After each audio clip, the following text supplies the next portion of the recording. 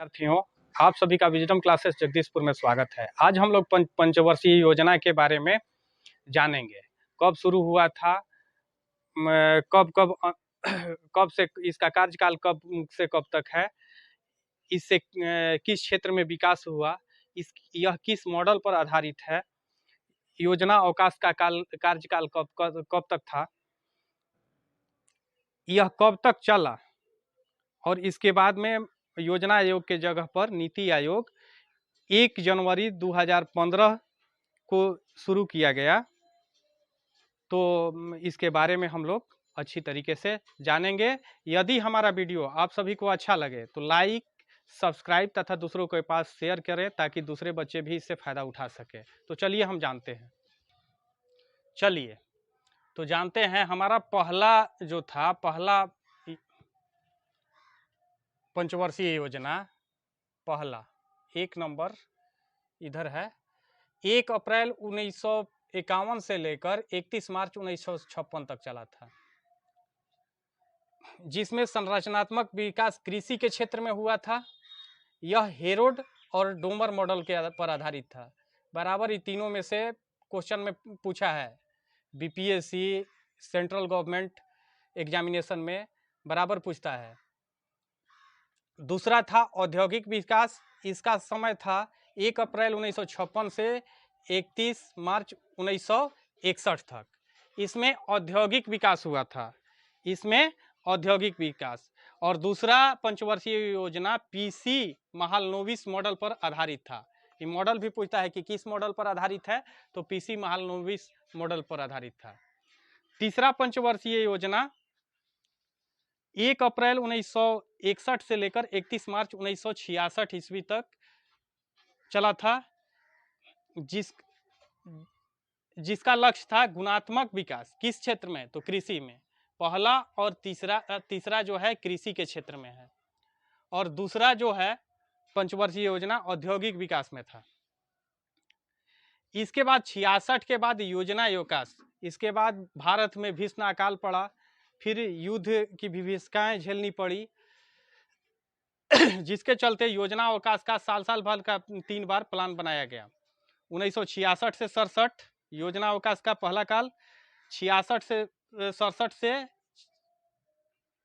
68 तक दूसरा काल, और 68 से 69, यानी कि योजना 1966 से 1969 तक 3 बार योजना अवकाश का कार्यकाल रहा। इसके बाद चौथी पंचवर्षीय योजना स्टार्ट हुई 1 अप्रैल 1969 से लेकर 31 मार्च 1974 तक, जो कि DR गाडगिल मॉडल पर आधारित था। इसके बाद पांचवी पंचवर्षीय योजना 1 अप्रैल 1974 से 31 मार्च 1978 ईस्वी तक चला, जिसका लक्ष्य था गरीबी उन्मूलन। फिर पांचवा में था गरीबी उन्मूलन। इसके बाद में 1978 से 79 से 80 तक अनवरत योजना रोलिंग प्लान चलाया गया 2 साल के लिए। इसके बाद में फिर छठी पंचवर्षीय योजना स्टार्ट हुई 1 अप्रैल 1980 से 31 मार्च 1985। बेरोजगारी उन्मूलन दोनों पांचवी और छठी पंचवर्षीय योजना उन्मूलन से था, लेकिन यह एक छलवा था। जब गरीबी दूर होगी तो बेरोजगारी स्वतः दूर हो जाएगी। तो यह एक राजनीतिक उन्मूलन था, बेरोजगारी उन्मूलन। तो 1 अप्रैल 1980 से 31 मार्च 1985 तक उन्मूलन बेरोजगारी उन्मूलन था, यह एक राजनीतिक था। इसके बाद फिर योजना अवकाश चला है 2 साल के लिए, 1990 से 91 और 91 से 92 तक। तो इसे आप लोग अच्छी तरीके से याद कीजिएगा। इसके बाद में हम आगे बताते हैं। 7वीं पंचवर्षीय योजना 1 अप्रैल 1985 से 31 मार्च 1990 तक चला, जो कि जिसका लक्ष्य था ऊर्जा संसाधन। इसके बाद योजना अवकाश का 2 बार काल चला है, 1990 से 91, 91 से 92। 8वीं पंचवर्षीय योजना 1 अप्रैल 1992 से 31 मार्च 1997 ईस्वी तक चला, जिसका लक्ष्य था मानव संसाधन। 9वीं पंचवर्षीय योजना 1 अप्रैल 1997 से 31 मार्च 2002 ईस्वी तक चला, जिसका लक्ष्य था न्यायपूर्ण वितरण एवं समता के साथ विकास। 10वीं पंचवर्षीय योजना 1 अप्रैल 2002 से 31 मार्च 2007 ईस्वी तक चला, जिसका लक्ष्य था देश में गरीबी और बेरोजगारी दूर करना। 11वीं पंचवर्षीय योजना 1 अप्रैल 2007 से 31 मार्च 2012 ईस्वी तक चला, जिसका लक्ष्य था तीव्रतम एवं समावेशी विकास। 12वीं पंचवर्षीय योजना या अंतिम पंचवर्षीय योजना भी आप कह सकते हैं इसे, यह पूर्ण नहीं हो सका है, लेकिन इसका कार्यकाल था 1 अप्रैल 2012 से 31 मार्च 2017 तक।